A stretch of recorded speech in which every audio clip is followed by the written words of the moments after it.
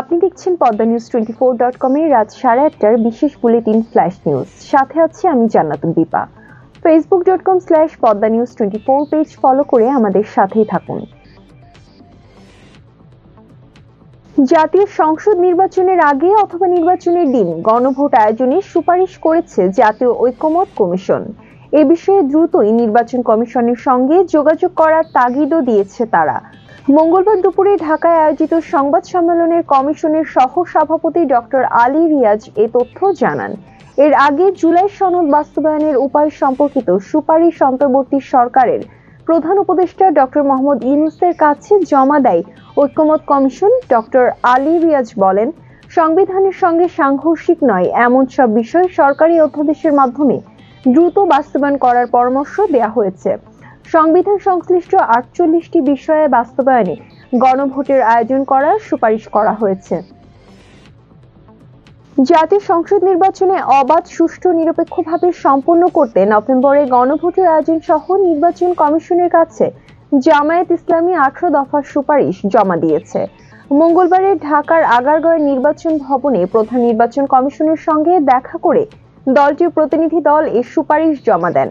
সুপারিশের মধ্যে উল্লেখযোগ্য, জুলাই সনদের আইনি ভিত্তি প্রদানের লক্ষ্যে জুলাই সনদ বাস্তবায়নের আদেশ জারির পরেই আগামী নভেম্বরে গণভোটের আয়োজন করতে হবে।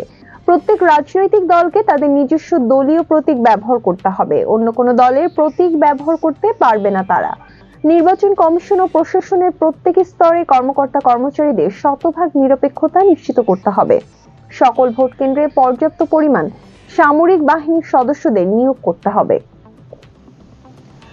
প্রথমবারের মতো বাংলাদেশে আসতে যাচ্ছেন ইসলামী বক্তা ও ধর্মীয় চিন্তাবিদ ডক্টর জাকির নায়েক।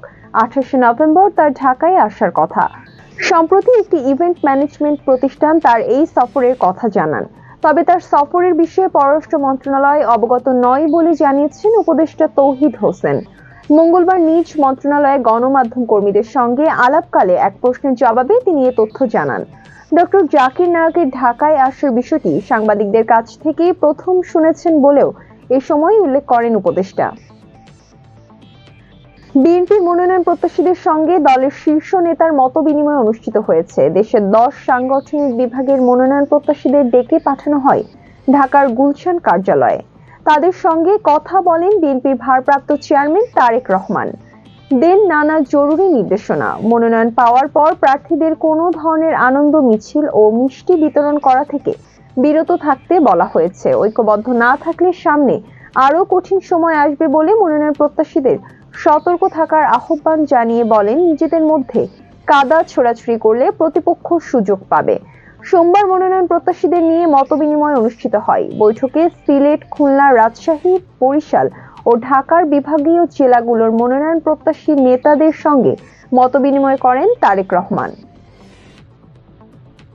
পুলিশের কাছে আত্মসমর্পণের সিদ্ধান্ত নিয়েছেন ঢাকায় সিনেমার খল অভিনেতা ডন।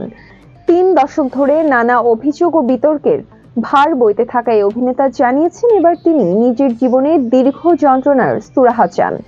গণমাধ্যমে ডন বলেন, সবাই বলছে তিনি নাকি পালিয়ে বেড়াচ্ছেন, তিনি বাসাতেই আছেন। 2-1 দিনের মধ্যেই পুলিশের কাছে আত্মসমর্পণ করবেন তিনি, কারণ 30 বছর ধরে যন্ত্রণা ভোগ করেছেন। এর একটা সুরাহা হওয়া দরকার।